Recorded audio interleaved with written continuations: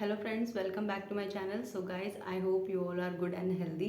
सो guys, आज मेरा topic है इम्यूनोग्लोबिन्स। इम्यूनोग्लोबिन्स क्या होते हैं, कहाँ से रिलीज होते हैं, कहाँ कौन फॉर्म करता है, और इसके बाद और मैं बताऊंगी आपको इसके टाइप्स क्या होते हैं। डिफरेंट डिफरेंट टाइप्स होते हैं इसके, और इससे रिलेटेड बहुत सारे क्वेश्चन पूछे जाते हैं कि इम्यूनोग्लोबिन्स के टाइप से रिलेटेड क्वेश्चन पूछे जाते हैं। तो अपने कॉन्सेप्ट को क्लियर करेंगे और आगे बढ़ेंगे। तो चलिए स्टार्ट करते हैं। इम्यूनोग्लोबिन्स इम्यूनोग्लोबिन्स क्या होते हैं? इम्यूनोग्लोबिन्स आर द एंटीबॉडीज जो कौन रिलीज करता है? हमारे बी लिम्फोसाइट्स रिलीज करते हैं। और ये कितने टाइप्स के होते हैं इम्यूनोग्लोबिन्स? ए, ई, जी, डी, एम, यानी कि 5 टाइप्स के होते हैं। ए, ई, जी, डी, एम। ठीक है, ये ध्यान में रखना है। ए, ई, डी, जी, एम, जी, एम। ठीक है, जैसे हम वो स्पेलिंग याद करते हैं वैसे ही याद करना है। ए, ई, डी, जी, एम। ठीक है, तो हम सबसे पहले बात करेंगे इम्यूनोग्लोबिन ए।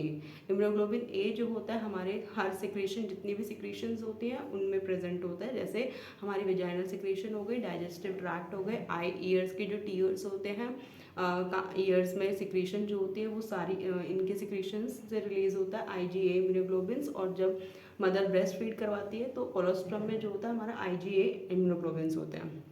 तो ये जो होते हैं एंटीबॉडीज़ होते हैं जो हमारे कोई भी इन्फेक्शन, अगर बैक्टीरियल और वायरल इन्फेक्शन होता है तो उससे प्रिवेंट करवाते हैं।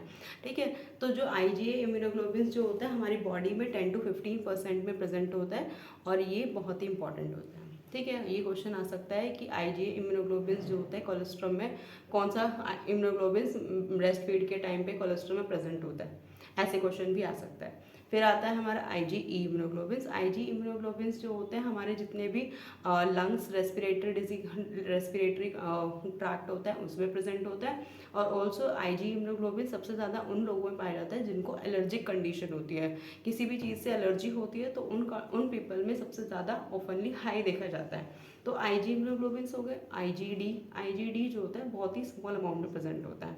आईजीडी जो होता है बहुत ही स्मॉल अमाउंट प्रेजेंट होता है, और इनका रोल बहुत ही कम होता है। जैसे बेली और चेस्ट साइड में प्रेजेंट होते हैं ये आईजीडी इम्यूनोग्लोबिन्स। इनका इनका कोई फंक्शन ज़्यादा नहीं होता है। ठीक है, और फिर उसके बाद आता है आई जी ए, ई, डी हो गया। फिर उसके बाद जी आता है। जी इम्यूनोग्लोबिन तो मोस्ट अबंडेंट में प्रेजेंट होता है, मोस्ट अबंडेंट हमारी बॉडी में प्रेजेंट होता है। जैसे 75 से 80% तक जो होता है आईजीजी इम्यूनोग्लोबिन प्रेजेंट होता है। एक तो ये सबसे इंपॉर्टेंट चीज़ ये है कि क्वेश्चन इससे आता है कि कौन सा इम्यूनोग्लोबिन ऐसा है जो प्लासेंटा को क्रॉस कर जाता है। तो आईजीजी ही इम्यूनोग्लोबिन ऐसा है जो क्या करता है, प्लासेंटा से क्रॉस कर जाता है, मोस्ट अबंडेंट फॉर्म में प्रेजेंट होता है। और आईजीजी इम्यूनोग्लोबिन्स जो होता है most of the bacterial and viral infection में सबसे ज़्यादा इसका इंपॉर्टेंट रोल होता है आईजीजी इम्यूनोग्लोबिन्स का। अब उसके बाद आता है हमारा आईजीएम। आईजीएम जो होता है मेन चीज़ हमें ये ध्यान में रखनी है, आईजीएम जो होता है 5 to 10% में प्रेजेंट होता है। और ये इनका जो साइज़ जो होता है बड़ा होता है, क्योंकि इनका जो साइज़ का स्ट्रक्चर होता है पेंटामेरिक स्ट्रक्चर का कंडीशन होती है, ये क्वेश्चन पूछा जाता है ना। और ये 5 to 10% में प्रेजेंट होता है। और इसके साथ साथ हमारी बॉडी में क्या काम करता है, अगर कोई भी इन्फेक्शन, इनिशियल इन्फेक्शन हुआ है तो उससे प्रिवेंट करने के लिए सबसे पहले एक्टिव जो होता है हमारा आईजीएम इम्यूनोग्लोबिन्स एक्टिव होते हैं। तो ये क्या करते हैं, एंटीबॉडीज रिलीज करते हैं, fight against the any bacterial और वायरल इन्फेक्शन। जो भी इन्फेक्शन हुआ है सबसे पहले हमारा आईजीएम अटैक करता है। फिर उसके बाद आईजीजी जो होता है सबसे ज़्यादा इंपॉर्टेंट रोल अदा करता है बैक्टीरियल और वायरल इन्फेक्शन में। आईजीए ई जो होता है कोई एलर्जिक रिएक्शन हो गई तो उसमें ये एक्टिव हो जाते हैं। आईजीए जो होता है कोलेस्ट्रॉल वगैरह जितने भी सिक्रीशंस वगैरह हो रहे हैं, जैसे मैं आई में कुछ चला गया तो फिर हमारे में टीयर्स बनना स्टार्ट हो, तो वो जो टीयर्स बनते हैं उन टीयर्स में प्रेजेंट होते हैं हमारे आईजीए इम्यूनोग्लोबिन्स। तो मैंने बताया डिफरेंट डिफरेंट टाइप्स के इम्यूनोग्लोबिन्स बताए, जिसमें हमने पढ़ा कि आईजीए होता है, आईजी ऐसे याद करना, ए, ई, डी, जी, एम। ए में हमारा कोलेस्ट्रॉल प्रेजेंट होता है, ये क्या होता है 5 to 10 to 15% में प्रेजेंट होता है। आईजीई इम्यूनोग्लोबिन जो होता है वो हमारा एलर्जिक कंडीशन में देखने को मिलता है। आईजीडी जो होता है बहुत ही कम अमाउंट में प्रेजेंट होता है, उसका कोई स्पेसिफिक फंक्शन नहीं होता है, लेकिन ये जितने भी इम्यूनोग्लोबिन्स हैं वो सारे के सारे हमारे अगेंस्ट द इन्फेक्शन के अगेंस्ट काम करते हैं।